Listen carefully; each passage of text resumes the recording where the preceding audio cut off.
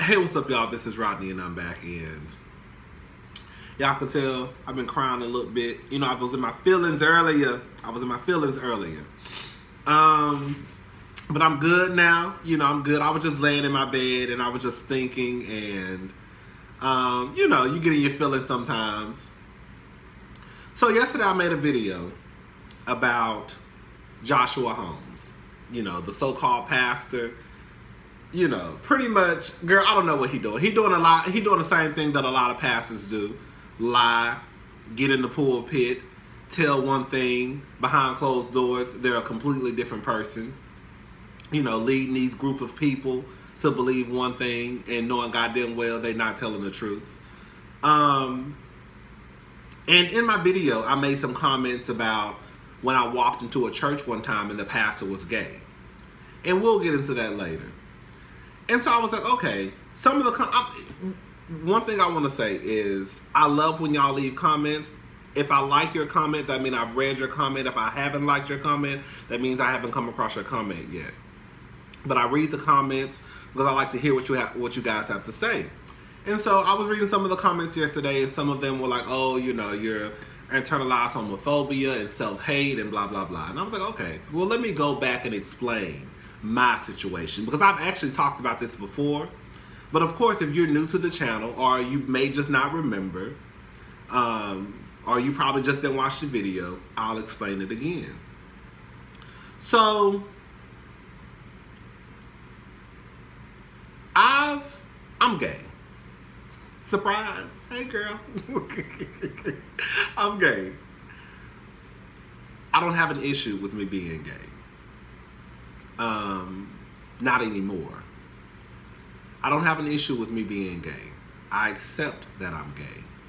If I could take a magic pill and it made me straight, would I take it? No, because I don't have an issue with me being gay. For the longest, I had an issue with the fact that I was gay, like some people do. And then it took me until probably a few years ago to really realize that, girl, you actually don't have an issue with you being gay. They have an issue with you being gay. And because they have or had and have an issue with you being gay, you're taking that to make it your issue. And I was like, I'm good. I'm fine. Bitch, out of all the shit in the world that I could be, out of all the shit in this world that I could be, from a big drug dealer to a rapist to a child molester to a murderer to a woman beater, bitch, I'm none of those things. I'll take gay. That's good. I'm good with that. Some of y'all men, some of y'all uncles, cousins, sisters, brothers, the stuff I just listed, they got that in them. That's not my story. So if gay is my story, then I'm cool. It took me a while to realize that. I wanted to make YouTube videos for a very, very long time. Like, I remember the person that first made me want to get into YouTube videos was this this guy. His name was B. Scott. Now, I don't know how long y'all been around, but B. Scott doesn't make videos anymore. But he, you know, he went and he has his blog, and I think he does, you know, very well now, I guess. I'm not sure. But B. Scott was like, that was like my YouTube Wendy Williams. Like, oh my God, like B. Scott was so funny, and he was like so down to earth. And I remember I met him one time in Atlanta. It was Pride weekend, and I was at the Daiquiri Factory, and I was walking by, and my biological sister, one of my best friends, Java, with my old roommate, Zach, they the one who told me about B. Scott. And I remember they was like, oh my gosh, this guy on, they probably don't even remember.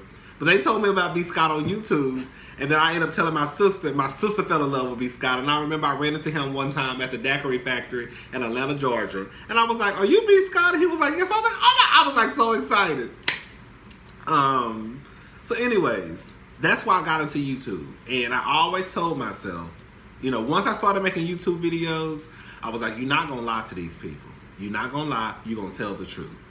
even if your truth goes against the majority of what people are saying, it's your truth, it's your opinion, and you're going to tell it. That's why I came up with the name Rodney the Voice. The Rodney the Voice, it doesn't mean, oh, I think I'm the voice of all people. It really has something to do with me, because I've been wanting to do this for so long, and I was always scared, because one of the main reasons why I was so nervous to get on YouTube was because of the fact that I knew that people would say, oh, he's gay, you're a faggot, you're this, you're that, you're this. That was the main reason why I used to always be so scared. I remember my sister, I used to always say, like, I want to make YouTube videos. Like, I think I can do it. I think I can be good at it. And I remember one time we had bought me it was a webcam at Walmart. And I was like, girl, this webcam, this is a webcam that I want. And it was like $50. She was like, well, I'll give you $25 and you'll pay the other, and so you can start making your videos. And I was just like, I bought the webcam, and I just got so scared, and I was like, no, I'm not gonna do it. And I remember me taking that webcam back, getting the $50, now telling my sister I took the webcam back, and like probably going to the club somewhere, just trifling.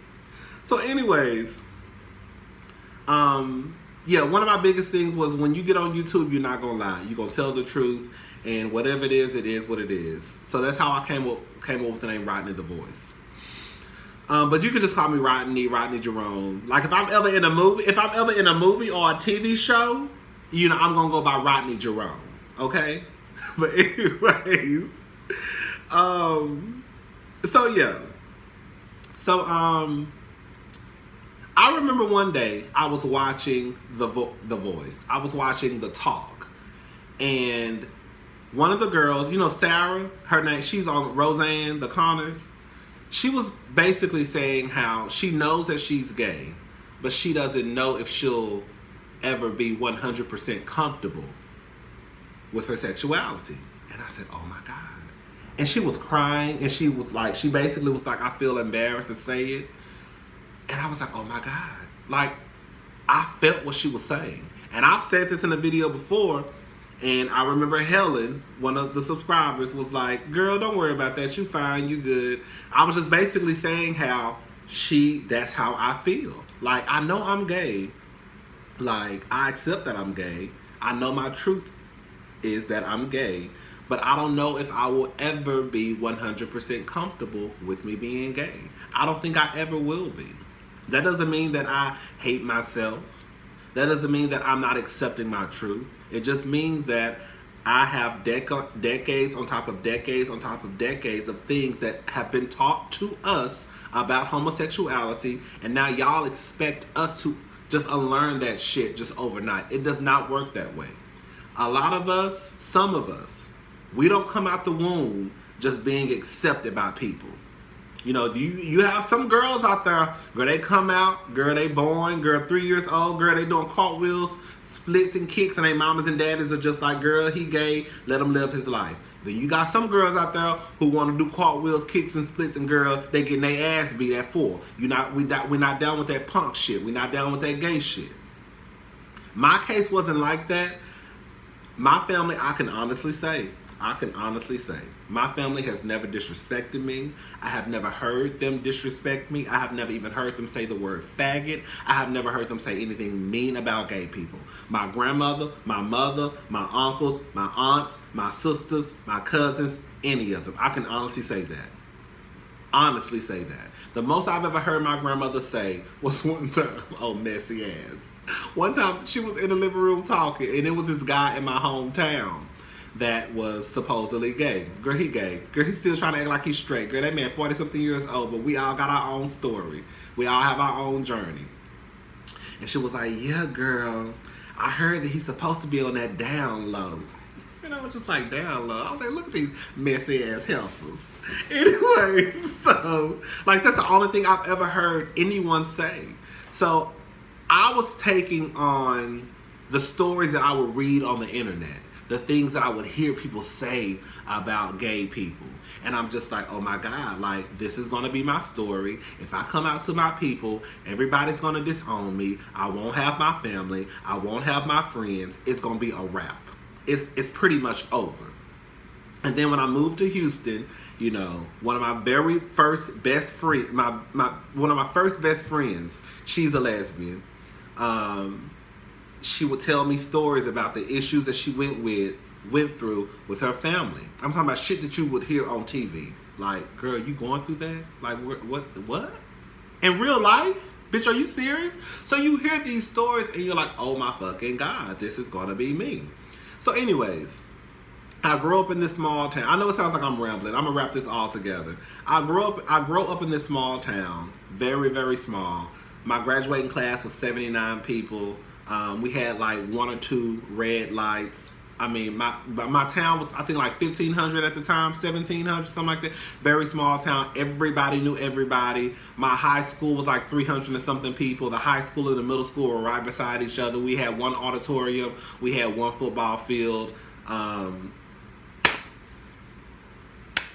mean, it was a small town. It was a small town. Like, everything pretty much closed. We had one convenience store that was open late. It was called OK's. But other than that, everything pretty much closed like at 9 o'clock, 10 o'clock, and then, girl, nobody was out in the streets, you know? So, I think that I think when it comes to like some gay people, like other gay people, or even people that support gay people, they sometimes don't understand that everybody's journey is not the same, and that everybody does not come out kicking and screaming with a rainbow bracelet on and, girl, I'm here and I'm queer and I'm part of the rainbow committee. Like, for me, I'm 36, right?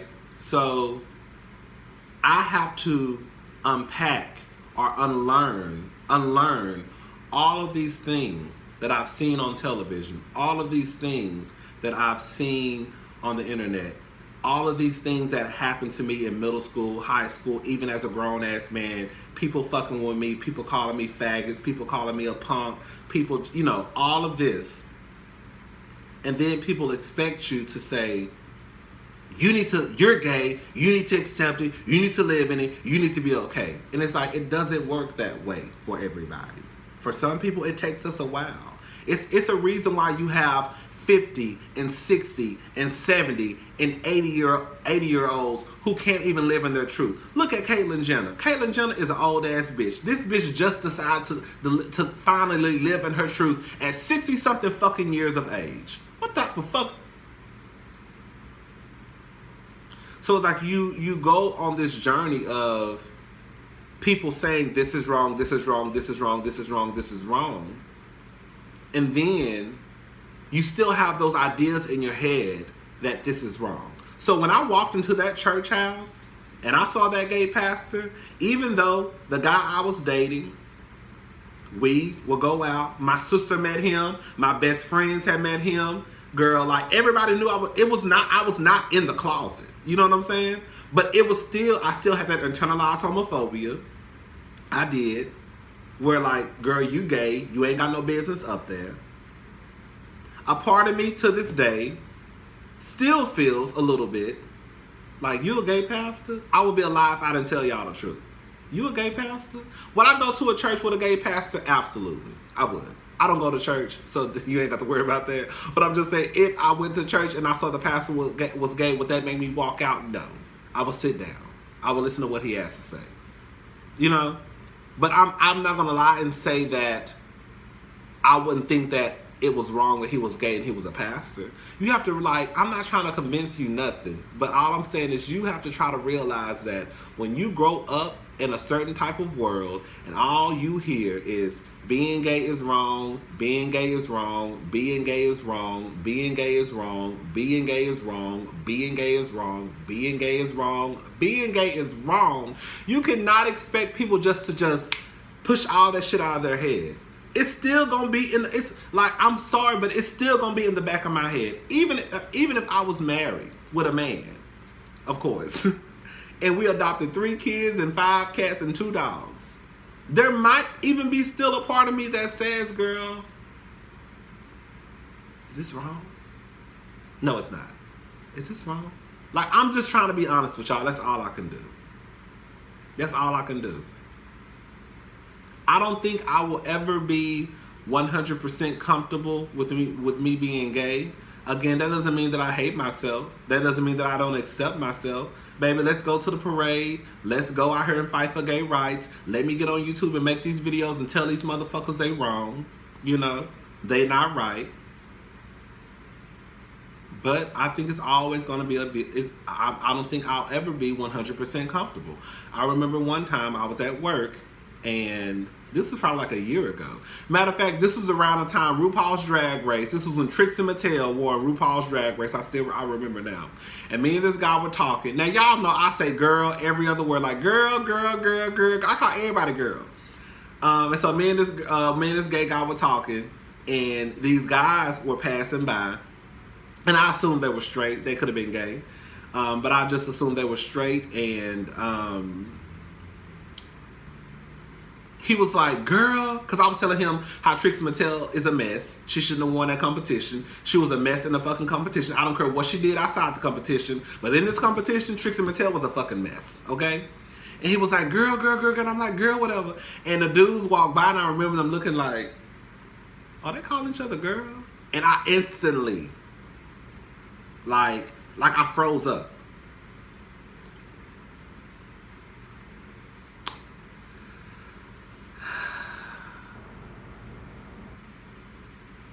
So like I froze up. I was about to.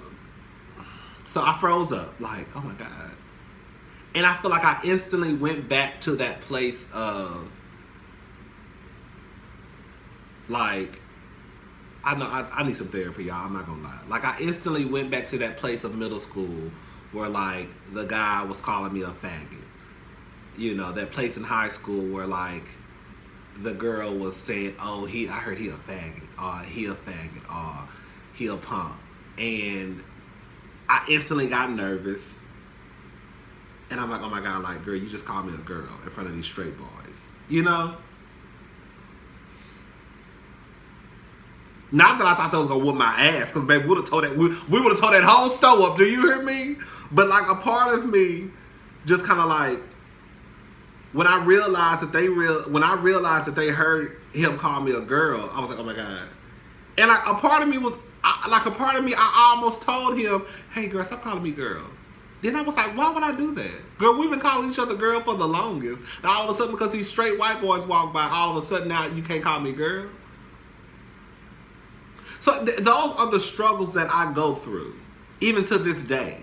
Like, even to this day, like, sometimes, like, I hate to say this, but when I make videos, like, about Billy Porter, about, you know, gay people, like I've told y'all, I don't like making videos about gay people because I know the type of comments that people are going to leave.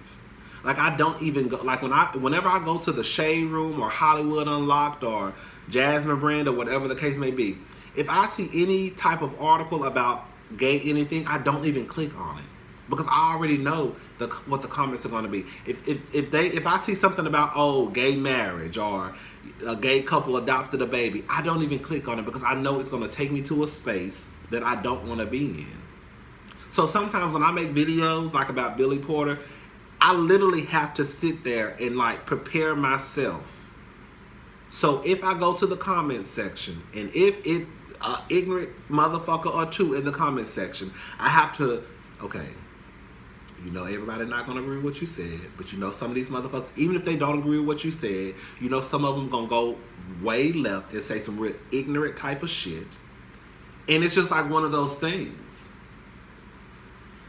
I hope this makes sense what I'm saying, y'all. You know, like I said, like, I don't think I'll ever be 100% comfortable with being gay. And, you know, I think that people should respect that because everybody, it's kind of like when people force people to come out the closet. Like, stop forcing people to come out the closet. Like, you don't know what people's journeys are. Like, I've gotten into it with friends before. Oh, I want to ask him, is he gay? Why? What is that gonna do for you? What are you knowing if he's gay or not? What is that gonna do for you? What? Like, it's gonna do nothing for your life. You don't know if that boy just got kicked out of his house last night. You don't know if he just got his ass beat last week walking down the street. The last thing you need to be doing is asking somebody if they're gay. You don't know. That could be the breaking point for that boy to go and shoot himself in the fucking head. Leave people alone. Everybody doesn't have the same dream. Now we can sit here and kiki and laugh and be like, girl, you know, I think he wanted the kids, girl. Like that Pastor Joshua Holmes with them blue contacts on.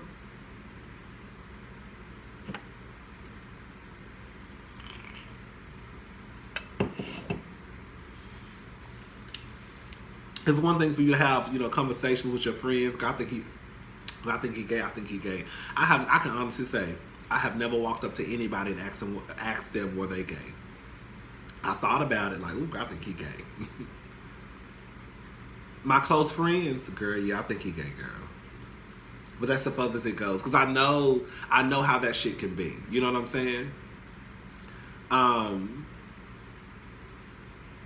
But yeah, I mean, like, I'm not making excuses. You know, I said what I said. You know, I grew up like, gay is wrong. That's what I grew up believing. And you damn sure can't be no pastor and be gay. What the fuck? You a pastor and you gay? That's wrong. That was wrong in my book. I'm sitting there with the nigga who I'm rolling around in the bed with naked every night. And I'm still talking about this nigga wrong for being gay and being a pastor. Like, everybody is not going to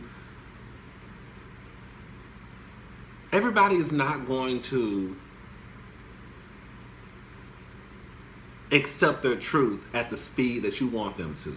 Everybody's not going to be comfortable living their truth at the speed that you think that they should be comfortable living it. Do I still probably have a little bit of internalized homophobia running through my veins? Probably so. Yeah. I will be a liar if I didn't say it. You know, sometimes, you know how you might see the kids doing a little too much sometimes? And you'd be like, because that was one of my things too. I've said to Enrique, tell the truth, girl. I've had these conversations before. And I would say things, you know, but I remember back in the day, y'all, like, back in the day, like, I'm telling y'all, like, I was going through my own struggles with being gay. Girl, I would read the girls for filth. Do you hear me? Like, I didn't get it, you girl. Especially the girls who I thought were doing way too much. You walking around here doing kicks and splits and cartwheels. Girl, I'm talking the gays, the lesbians. My best friend, one of my best friends, the lesbian. I told y'all about the lesbian. The lesbian. I remember when I first found out she was a lesbian. Now mind you, we had been talking. We met at work. We met at work. Didn't know she was gay. She was fit. You know, film girl. Didn't know she was gay. And as soon as I found out she was gay, I tried to end our, like, the friendship that we had started building. I was like, nope, I can't. I'm not her friend. I'm not her friend, baby. She gay? She gay? Oh, hell no. I'm not being friends with no gay person. Baby, she would not let me stop being her friend. Girl, 20 years later, we still friends, bitch, okay? But, like, that was my attitude back then. Like, I didn't want to be friends with gay people. I didn't want to be caught around gay people. I didn't want to, like, if I saw gay people, back then, you know, I called them trannies, these men with wigs on, like, girl, I didn't understand it. I'm not your friend. No, you're not going to talk to me. I don't want to know you. Girl, you gay. Get away from my face. Girl, that was me. That was all of me. Everything about that was me. And then I started to realize, like, girl, the same way you treating them is the same way that these niggas treat you. The same way. The same way.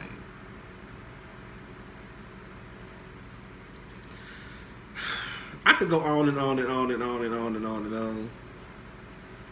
But I hope y'all got what I'm trying to say. You know, the last thing I want to do, and I have no problem getting out here correcting myself. Like when I was talking about the whole faggot thing, I was reading the comments and I was sitting there thinking, like, you know how you think you know everything, and I was sitting here thinking, like, damn, they might be right. And I'm sitting here thinking about what Queen Unicorn's saying, what Queen of Weave's saying. I'm like, damn, they all right. You know what I'm saying? Like, I have no issue coming back. saying, you know what, no, I don't mean that anymore. I thought that I was right, but I was actually wrong. Or I don't have a problem coming on here explaining to people why I said what I said. You know, I said what I said at the time. That's how I felt. That's how I felt. I thought it was wrong to be a gay pastor. Do I think it's wrong to be a gay pastor now? Again, a small part of me, and that's only because, like, y'all have to understand, like, when I became active in church, they didn't bash us in church. I'm not gonna sit here and say my church pastor bashed us, because that's not what happened. But you have to realize across the board, a gay pastor, what? Gay in church, what?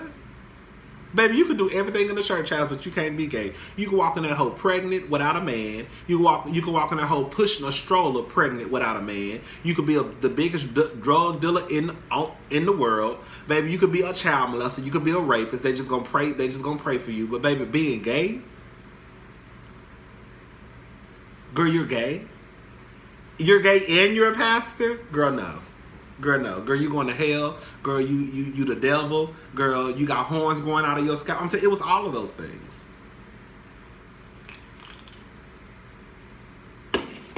Anyways, I'm done. I love gay people. I love myself. I don't have a problem with gay people. I still go through the motions, of course. Like I said, I'm 36. Bitch, this ain't something like I didn't come out the closet when I was 18 and 19 and 20, bitch. I never even really came out the closet, if you really want to know the truth. And I could go into that story another. The only person I really came out to the closet with was one of my best friends, Java, and one of my best friends, Coco.